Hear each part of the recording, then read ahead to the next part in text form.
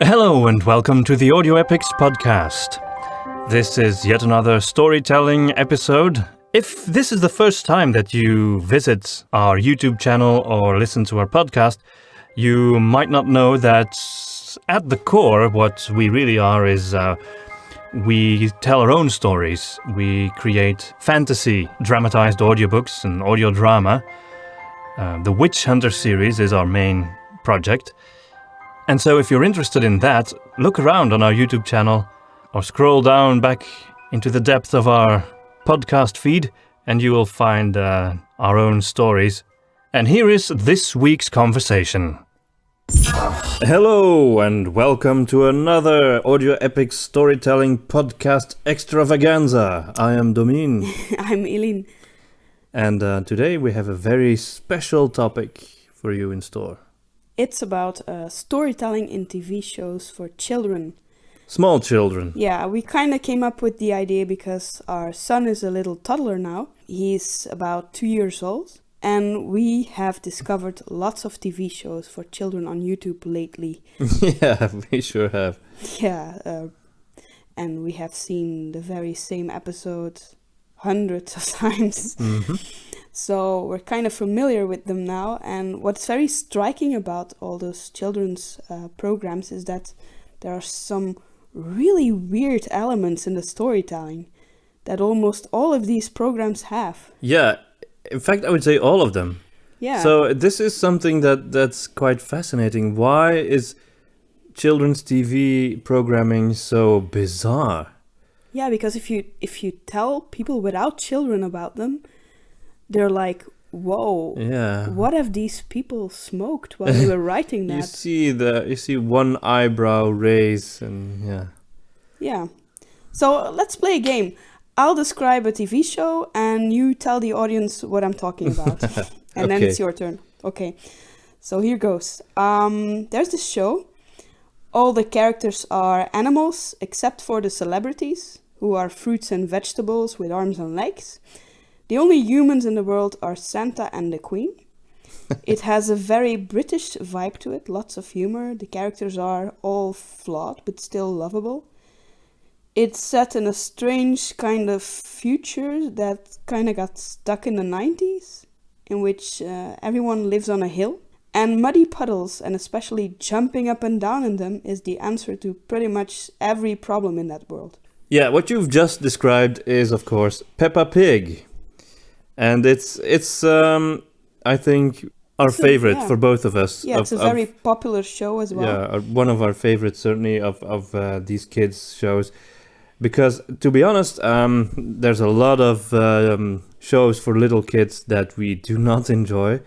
But I, for one, and I think you too, I really enjoy Peppa Pig, to be honest. I think it's one of the better shows out there. And it's the one that always gets thrashed. It's the one that always gets bashed by the media and by people say that it's it's not good for kids because they don't learn good lessons or whatever. I think it's kind of traditional, and I love that about it. I think it has a kind of charm to it because it doesn't try to be educational or something. It just presents the world as it is. Well, not the strange fantasy world, but the simple storylines are very realistic and recognizable for children and also for their parents. Yeah, and what I like about Peppa Pig is that it has a genuine sense of humor.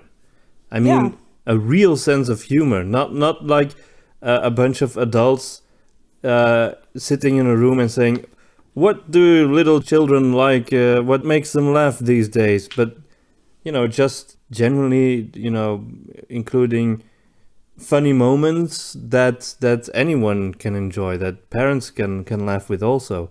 Right. And it's true that, the protagonist, Peppa, is actually a very selfish and very flawed child, but that makes her so credible. Yeah, so credible and because lots and of real. Children, I think she's about 4 years old. Lots of children that age are very self-absorbed, and that's kind of cute because if a grown-up acts like that, we really don't like that. But when children do that, we don't love them less. Yeah. And you see that her parents, they disapprove of her acting like that, but they still love her. Yes, and the parents themselves are flawed in their own way. You know, they're not these perfect ideal pictures of parents. They're very real people, but they do their best. Warts and all, they do their best, and they're pigs, but they're lovable pigs. And what I think is great about this show is that it doesn't have like a little life lesson at the end. Yeah. It doesn't try to be educational, doesn't force any messages on you. It just tells you stories. Very recognizable, fun stories. Yeah, and our son loves it. He laughs out loud when the characters laugh. Yeah. They go lying down on the floor whenever they laugh. Yeah. It's kind of funny. Yeah, part of that is the drawing style, which is very childlike and simplistic. He tends to do that too. And when we first watched Peppa, we were very prejudiced because we thought the design was awful. We thought, what's this? This earns a lot of money and popularity. It's got a bit of a cubist vibe to it. Yeah, a bit Picasso-like, because it's like they portray the characters from the front and the sides at the same time. Yeah, it's like they've got two eyes on the same side of their face. And everything is, flat 2D. Everything is always from the same camera angle. It's like a children's drawing. Yeah, and that's what we realized after a while, that's actually the intent of the TV show, that the design and also the way the stories are told are from a child's perspective. Mm-hmm. And that's very recognizable for children, but also very entertaining for adults. For example, they speak about in the olden days, when they talk about when they were little, but she's 4 years old, so that's...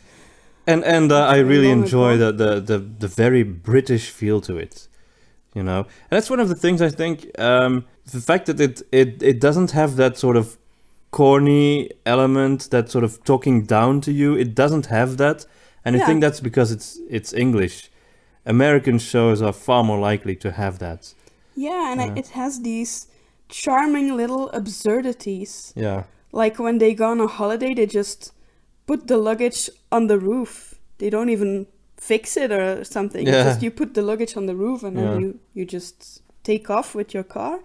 And there are all these little elements that are just presented from a child's perspective, which is really, really cute. And I think the timeless, stuck in the 90s setting is very charming as well, because they both have rotary phones and these kind of old-fashioned cell phones. Yeah. And they still have these television sets, old-fashioned television sets. Yeah, that's true. So that's Peppa. Okay, your turn. Yes. I'll describe a show to you. This is a Dutch show. I don't think it exists in English. And, this is what the show is like. There is a garden, a magical garden. And the main characters in this show are two dogs of a different race. And they are children. They have children's voices and they behave like children. And they live in that magical garden, in their little dog house together. And they don't have parents. Instead, there is a pear tree with pink leaves and little smiling pears, who is their aunt, apparently, and who takes care of them. And then there's also a fern in a pot. And he's got glasses, but the pot actually has a face, but the leaves of the fern are sort of both the hair and the arms of the fern, and he's like the wise old Gandalf-like character in this story. And then there's a cat who is also always mentioned as the neighbor's cat, but there's no neighbor. And then there are some singing tulips. Well, it's from Holland, so they've got tulips. There's a purple mole. And this is the setting, and these are the characters. You know which one I mean. Yeah, you're referring to Woezel and Pip. Those are the names of the little dogs. They're a boy and a girl. It's really weird, right? Yeah, they're kind of in love with each other. I'm not sure. Yeah, there's something going on. There's something going on there. It's but at the same time, what I find strange is how can a tree be the aunt of two dogs? It gets stranger. You just don't have to think about the story and the characters because it gets weirder every time. Yeah. The pear tree, for example, she makes a pear cake. That's her specialty, and they all love it. So you're like, does she sacrifice her own baby pears? Yeah, that because are kind of growing in her always hair? these pears are hanging in the tree, and they're always smiling. They're like her little children, and then she makes pear cake, which is kind of creepy. Yeah. And also, how does she make pear cake? Yeah, she's got no arms. She's got no arms. She cannot move, and still she takes care of the children. It's really, really odd. It's very bizarre. And then, you're like, what were these people There's smoking? actually a movie, well, it's, like a long episode of Woezel and Pip, in which the Fern, who is, sort of the boss of the garden. Yeah, and also the sort of wise professor figure. Yeah, he teaches them classes and stuff. And so, so his face is on the pot, and, he's referred to as a fern, but the fern actually is sort of... The hair. Is his hair, but Rasta hair. But also sort of Rasta hair, but also his arms, because he's got a face on his pot, and he's got glasses, and he always uses his fern leaves to sort of straighten his glasses. And in the movie, so he's got hair arms. Yeah. Wow. Yeah. Imagine if you could straighten your glasses with your hair. That would be... And think Sideshow Bob, sort of his haircut. Yeah, but then green. Yeah, but green. Yeah. And in the movie, they say that he's getting a new pot for his birthday. So at the end of the movie, he gets a new pot and he looks different, but then, he's got a new face. He's got a new face. He's a new person now, actually, because he's actually a pot. And you don't want to think about it. You don't want to think about it. But that's what our kids love and get to watch. It's really strange. It's actually quite cute, Woezel and Pip. What I like about it is that the characters are pretty consistent. Woezel is a typical boy. He's sometimes he's a bit macho, but at other times he's actually quite a bit of a scaredy cat. Yeah, he's kind of cute. And although we really prefer our son to watch shows in Flemish instead of Dutch, which is kind of, the similarity is a bit like British and American English, the difference. Yeah. We understand each other, but the accent is very different. We do prefer him to watch Flemish shows, but we have to be honest, the Flemish shows are just not that good. Well, I mean, the Woezel and Pip is dubbed in Flemish also, but the Dutch accent, like American, is more expressive perhaps, and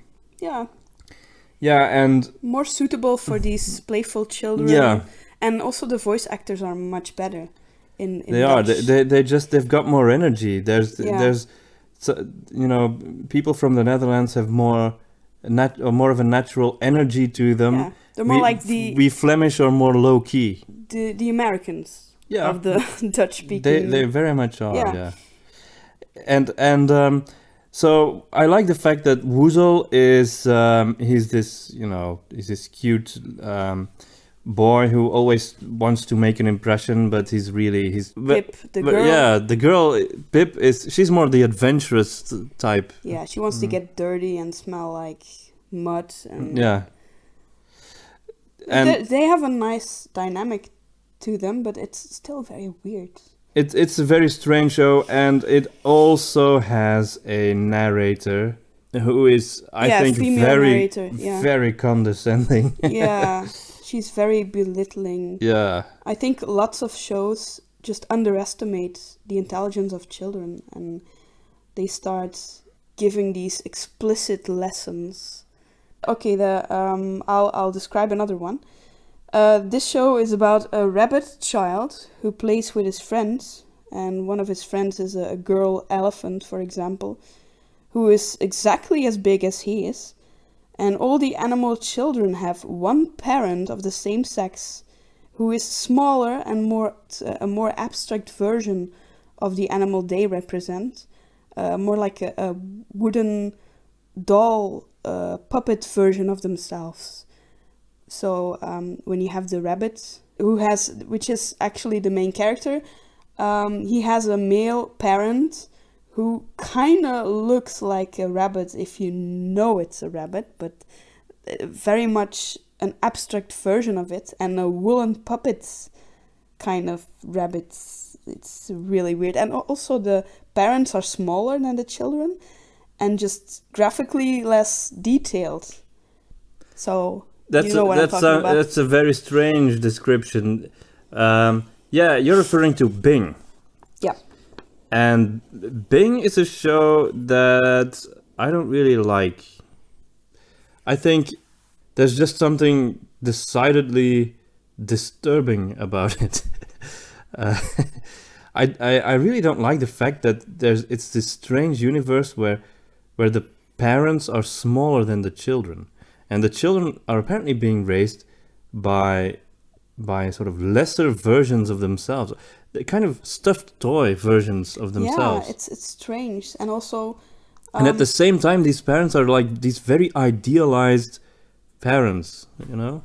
It's a total opposite of Peppa Pig. Bing's father, if you can call him that, the puppet rabbit, has a very warm narration voice, a very serious voice as well. Yes. Well, I think the voice acting is done really well. It's sort of this sort of soothing voice that you would expect in a kind of, I don't know, a documentary or something. Is this originally in Flemish or is it dubbed as well? I don't know. I really don't know. I have no idea either, yeah.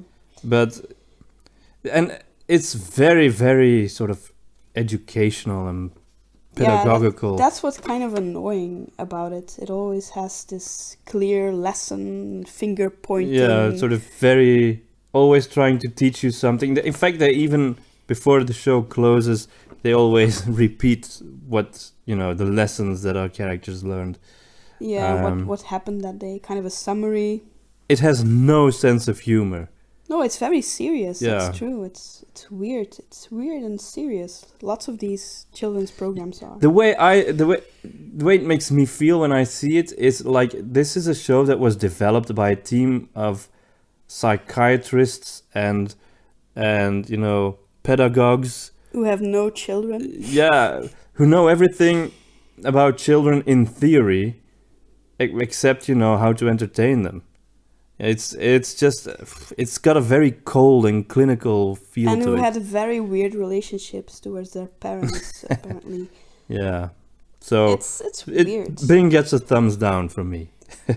Yeah. But it's actually, graphically, it looks nice. Arsum kind of likes the beginning. He likes the opening credits. Yeah, and then he always turns it off because that's kind of, apparently that's the part he likes. When all the children kind of gather and play together, and then when the episode actually starts, he just gets in most other shows, it's the other way around. Yeah, he doesn't want to see the intro. He wants us to skip the intro. He wants to get straight to the... He gets annoyed because he's already seen the intro. He wants to skip right to the episode. It's kind of cute. Yeah, he would be a good Netflix guy. So I'm going to describe another one for you. Mm-hmm.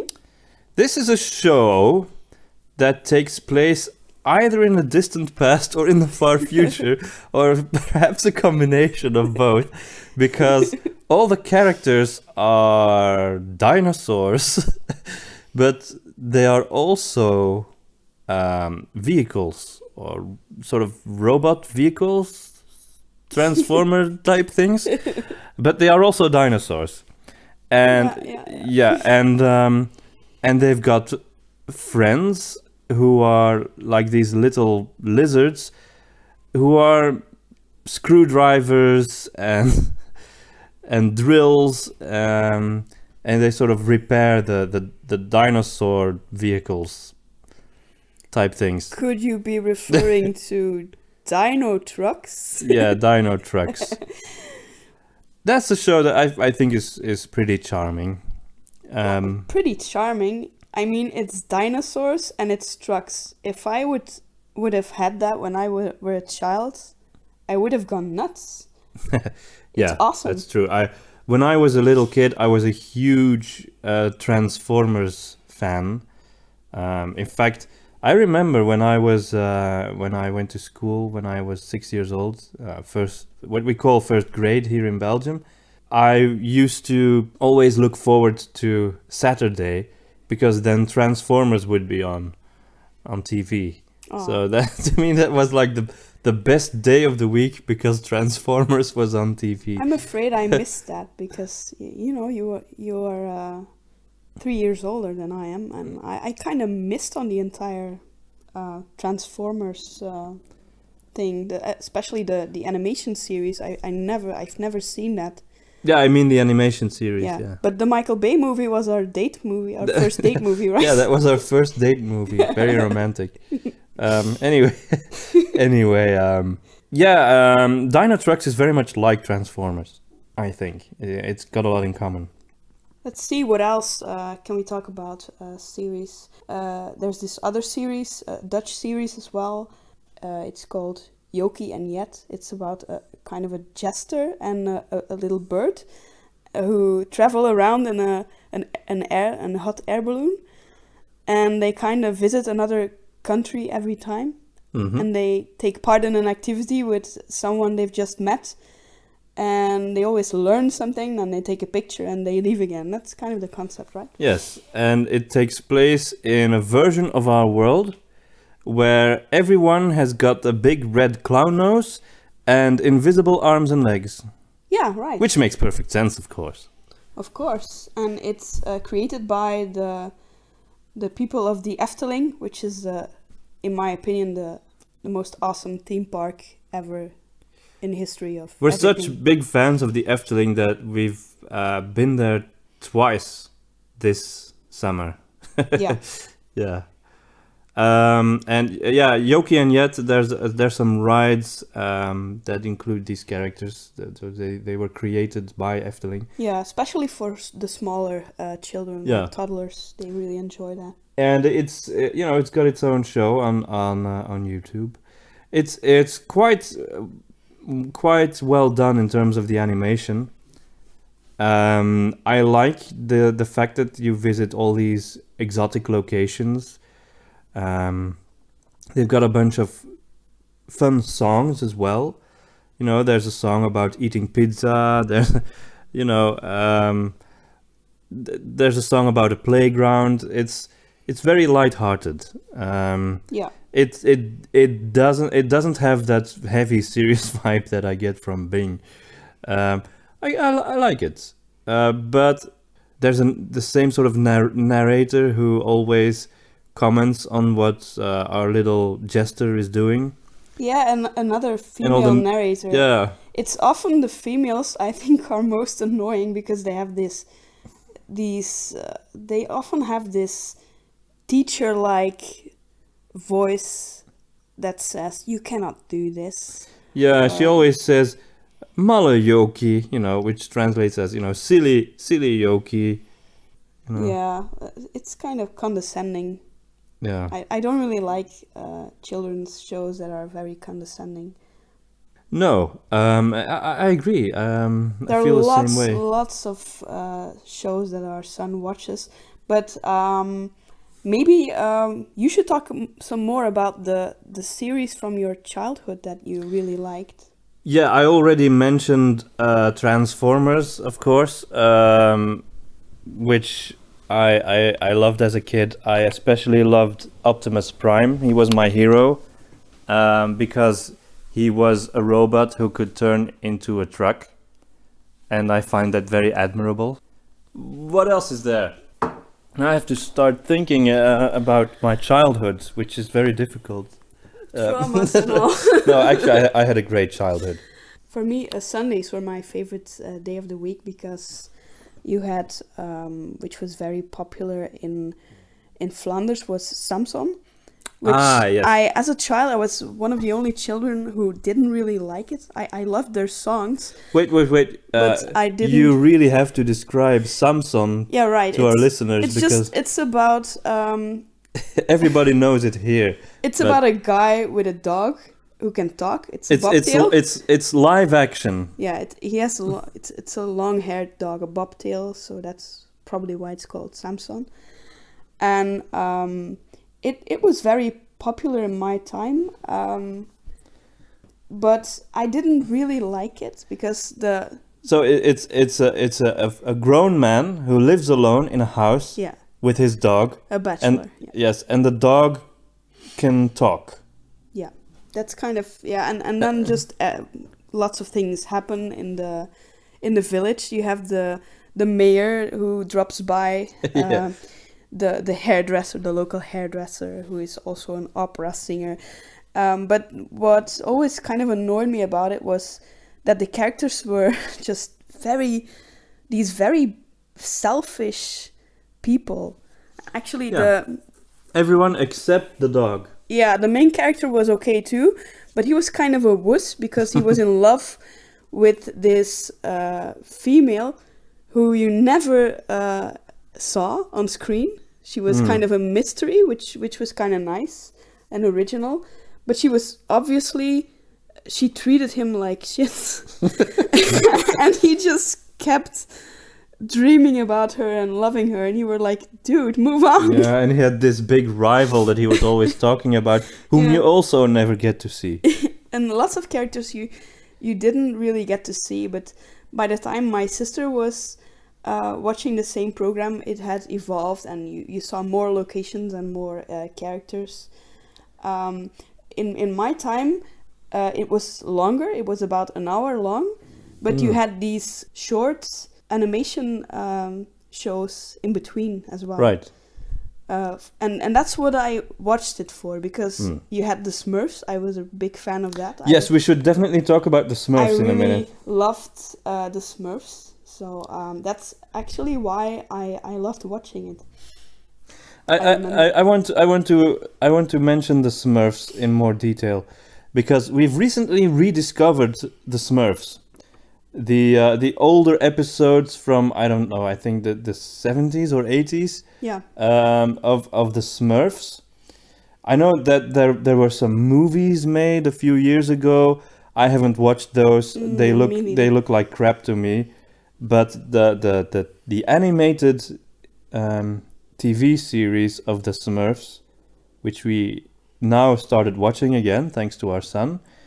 By the way, it does other things besides watching TV. Don't worry. But anyway, seeing it again now, I come to the conclusion, me personally, that the Smurfs is amazing. Really, I think the storylines are fantastic. yeah, They're really great. original, and they have this classic villain that returns. Gargamel. Yeah, he's awesome. And I'm a big fan of the voice actor who does Gargamel. When we see it in Dutch, of course, he's awesome. I love about the Smurfs that it's set in the Middle Ages, and it's quite an atmospheric setting. Yeah. It's a bit It's a bit like the sort of thing that I'd like to make myself. Yeah, castles and these big boiling Yeah. pots of magic purple steam Yeah. things. Yeah, and but they've got really original, fun storylines. I was really surprised to discover that. But still, they're often very simple because Gargamel, he just wants to eat the Smurfs, basically. Yeah, indeed, it's very straightforward, but there's there's a lot of originality to it. There are some very weird things about the Smurfs as well, of Yeah. course. I mean, in fact, recently we sort of developed this whole theory about how the Smurfs reproduce, and it was very dark and disturbing. Remember? Yeah, because you have Papa Smurf, and apparently he's the only one who gets celebrated when it's Father's Day, so he must be the father of all Smurfs then. But Yeah, and there's who only was the one. mother? There's only one female Smurf in the entire village. Yeah, but she's kind of...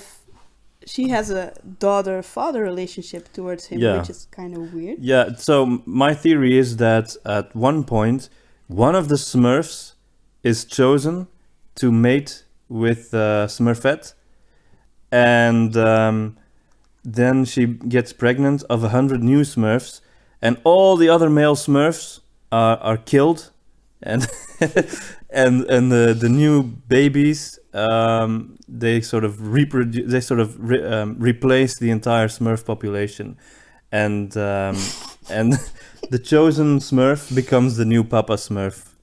That's my theory. I think Papa Smurf mates with the one female Smurf and then eats her. Sort of like a black widower. Yeah, he eats her after giving birth, of course, to about 100 male Smurfs, and there's always one female because That's how they work. That's how it works. Yeah. And then they kind of migrate and create their own new tribe until the entire reproduction system repeats itself again. This is all just theoretical. Okay. No, it's best not to think about it too much. But you see, even when you compare these modern TV shows to the shows that we enjoyed and the ones from the 70s, they all have these very weird elements. They do. Maybe it's the hippies from the 70s who are still around somewhere smoking pot and making children's series. Probably. In fact, but when you mention Gargamel from the Smurfs and the voice actor, there's another show that we definitely should mention because we both really like it. Yeah, but it's also a Dutch show, right? It's a Dutch show. It's live action.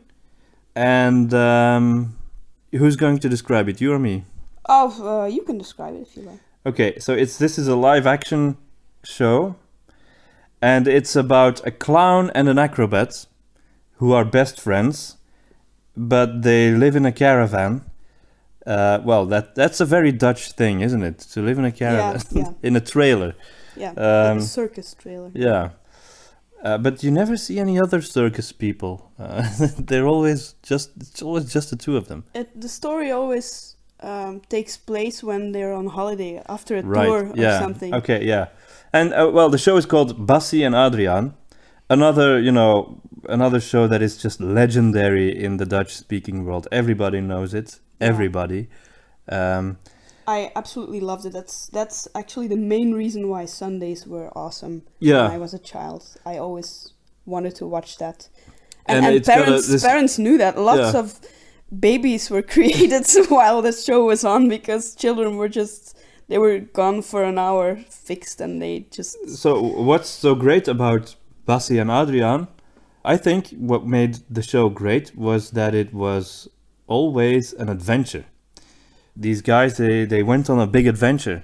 They traveled to Greece or Italy or around Europe or around the United States, looking for a treasure or something and being chased by villains, and they were always in the same outfit, the clown outfit and the acrobat outfit. Yeah.